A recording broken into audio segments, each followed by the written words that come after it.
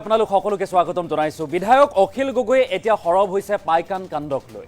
অসমৰ সকলো সমস্যাৰে কাৰণ এতিয়া মুছলমান, সকলো দুখ মুছলমানৰ ওপৰত জাপি দিয়াটো চৰকাৰৰ কাম।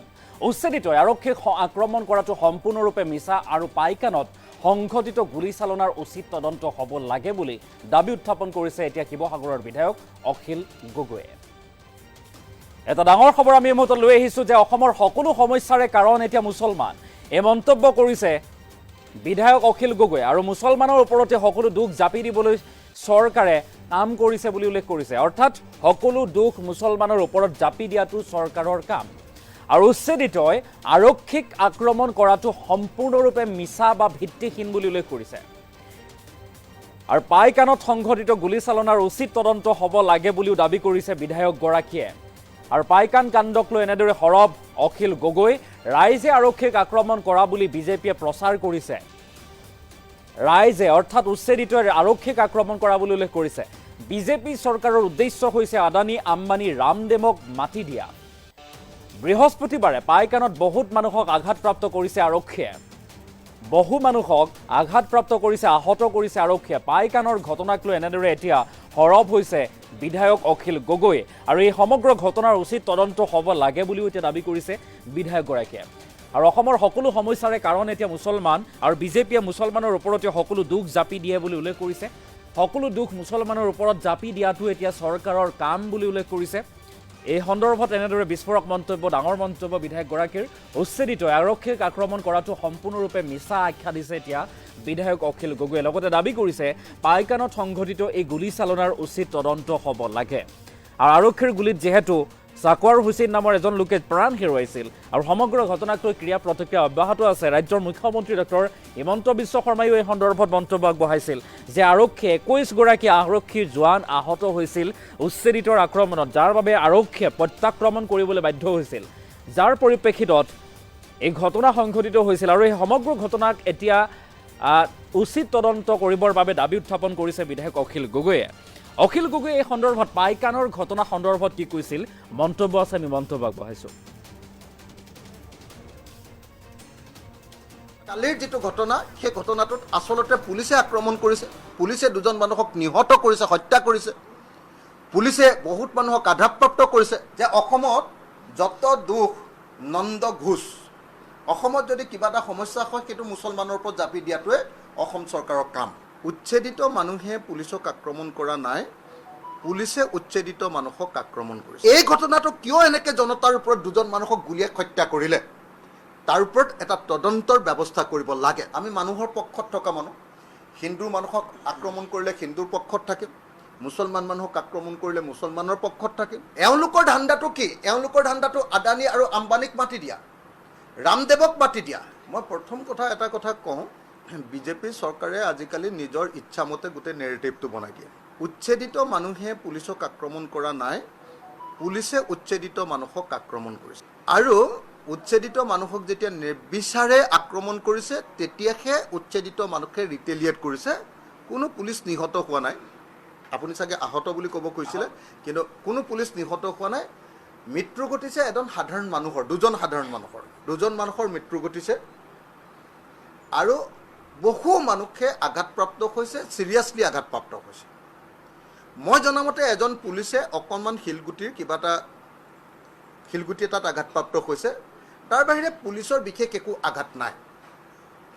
কিন্তু বিজেপি চৰকাৰে সংবাদ মাধ্যমৰ জৰিয়তে প্ৰচাৰ কৰিছে যে ৰাইজেহে পুলিচক আক্ৰমণ কৰিছে, ৰাইজেহে পুলিচক আক্ৰমণ কৰি ধৰাশায়ী কৰি দিছে। কিন্তু আচলতে আচল কথাটো হ'ল যে পুলিচে ফৰেষ্ট ডিপাৰ্টমেণ্টক লগত লৈ পাইকান অঞ্চলৰ এখন ৰাজহ গাঁৱত, আচুডুবি নামৰ এখন ৰাজহ গাঁৱত মানুহ অহা যোৱা কৰা পকী ৰাস্তাটো খান্দি আছিলে, JCB লৈ ফকলেণ্ড লৈ খান্দি আছিলে। ফকলেণ্ড লৈ যেতিয়া খান্দি আছিলে, ফকলেণ্ড লৈ খান্দি থাকোঁতে মানুহে প্ৰতিবাদ কৰিলে যে আমি ৰাস্তাটোতে শুই আছোঁ, আপোনালোকেতো চব ঘৰ ভাঙি দিলে, গতিকে ৰাস্তাটো আপোনালোকে খান্দি নাপালে বাৰু। এই বুলি যেতিয়া ক'লে তেতিয়া পুলিচে লাঠিচাৰ্জ কৰিলে। লাঠিচাৰ্জ কৰোঁতে মানুহবিলাকে তেতিয়া তাৰ বিৰুদ্ধে আন্দোলন কৰি থাকিলে, প্ৰতিবাদ কৰোঁতে তেওঁলোকে গুলিয়াই দিলে। আৰু গুলিয়াই দিয়াৰ পাছতহে আমি দেখিবলৈ পাইছোঁ যেতিয়া এজন মানুহ মৰি গৈছে, দুজন মানুহ মৰি গৈছে, তেতিয়া সময়ত আমি দেখিবলৈ পাইছোঁ যে কিছুমান ৰাইজে হাতত লাঠি আৰু শিলগুটি দলিওৱা আমি দেখিবলৈ পাইছোঁ। আৰু দেখিছোঁ যে বহু দূৰৰ পৰা ৰাইজে লাঠিৰ কোব দিছে, কি কয় লাঠি লৈ গৈছে বা শিলগুটি লৈ গৈছে। পুলিচ আঘাতপ্ৰাপ্ত হৈছে। মই আঘাতপ্ৰাপ্ত কালিয়ে কৈছোঁ যে আঘাতপ্ৰাপ্ত পুলিচৰ কাৰণেও 20 লাখ টকাৰ ক্ষতিপূৰণ দিব লাগে, আঘাতপ্ৰাপ্ত ৰাইজৰ কাৰণেও 20 লাখ টকাৰ ক্ষতিপূৰণ দিব লাগে। দুজনকৈ মানুহৰ মৃত্যু ঘটিছে, তেওঁলোকক 1 কোটি টকাকৈ দিয়াৰ ব্যৱস্থা কৰিব লাগে।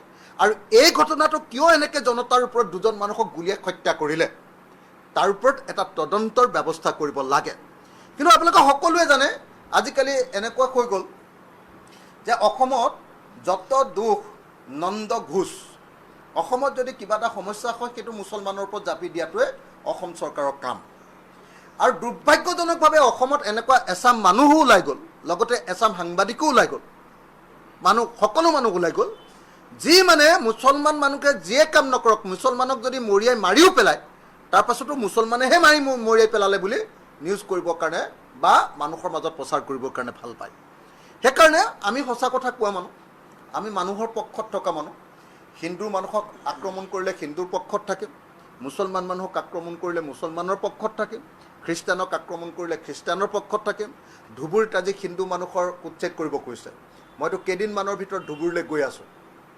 প্ৰত্যেকজন বেংগলী হিন্দু মানুহৰ ঘৰ যে ভাঙিবলৈ লৈছে, কোনো পধ্যে যাতে ঘৰ ভাঙিব নোৱাৰে তাৰ কাৰণে অচিৰেই আমি ধুবুৰীলৈ যাম। যেনেকৈ মই আপোনালোকে দেখিছিলে যে মই বিলাচীপাৰালৈ গৈছিলোঁ, তেনেকৈ মই ধুবুৰীলৈ যাম, কাৰণ তাত হিন্দু মানুহৰ ঘৰ ভাঙিবলৈ লৈছে। এওঁলোকৰ ধান্দাটো কি? এওঁলোকৰ ধান্দাটো আদানী আৰু আম্বানীক মাতি দিয়া, ৰামদেৱক মাতি দিয়া। আৰু সেইটো যদি মুছলমানৰ ওপৰত আক্ৰমণ কৰিবলৈ পায় তেতিয়াহ'লে উজু হয়, বাকী মানুহবিলাকেও তেতিয়া সমৰ্থন কৰি দিয়ে। গতিকে মই ভাবোঁ যে কালিৰ যিটো ঘটনা, সেই ঘটনাটোত আচলতে পুলিচে আক্ৰমণ কৰিছে, পুলিচে দুজন মানুহক নিহত কৰিছে, হত্যা কৰিছে, পুলিচে বহুত মানুহক আঘাতপ্ৰাপ্ত কৰিছে আৰু পুলিচকো আঘাতপ্ৰাপ্ত কৰিছে ৰিটেলিয়েট কৰি পিছত পৰৱৰ্তী সময়ত। গতিকে এই ঘটনাটোৰ তদন্ত হ'ব লাগে আৰু তদন্ত হৈ উচিত শাস্তি দিয়াৰ ব্যৱস্থা গ্ৰহণ কৰিব লাগে। কিন্তু এই যে প্ৰচাৰ মাধ্যমৰ জৰিয়তে বিজেপি চৰকাৰে ব্যাপক ৰূপত বাংলাদেশী আক্ৰমণ কৰিলে অসমৰ পুলিচক, বাংলাদেশী আক্ৰমণ কৰিলে অসমৰ পুলিচক, এই ধৰণৰ যিটো অপপ্ৰচাৰ চলাইছে, এইটো শুদ্ধ অপপ্ৰচাৰ, এইটো অশুদ্ধ অপপ্ৰচাৰ, এইটো বেয়া ভুল কথা এটা প্ৰচাৰ কৰি আছে। এইটো কোনোপধ্যে মানি ল'বলগীয়া কথা নহয়। মোক প্ৰত্যেকটো সময়ৰ সেই সময়ত আমাৰ সংগঠনৰ যিখিনি মানুহে তাতে গৈ খবৰ ল'বলৈ গৈছিলে, তেওঁলোকে মোক ভিডিঅ'বিলাক দি আছিলে, কথাবিলাক কৈ জনাই আছিলে আৰু তেওঁলোকে মোক জনাইছিলে যে আচলতে পুলিচে কেনেকৈ আক্ৰমণ কৰিছে। গতিকে মই ভাবোঁ যে আজি মই হিন্দু মানুহ হ'লোঁ বুলিয়ে মুছলমান মানুহজনক দুখ দিবৰ কাৰণে যিকোনো কথা কৈ দিলে নহ'ব।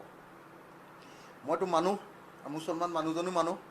গতিকে মুছলমান মানুহজনক যদি পুলিচে আক্ৰমণ কৰিছে আৰু তাত যদি মুছলমান মানুহজনৰ প্ৰতি চিম্পেথি নেদেখুৱাই পুলিচক যদি হিৰো বনাবলৈ যাওঁ, এইটো অসমীয়া জাতিৰ কাৰণে লজ্জাজনক ঘটনা।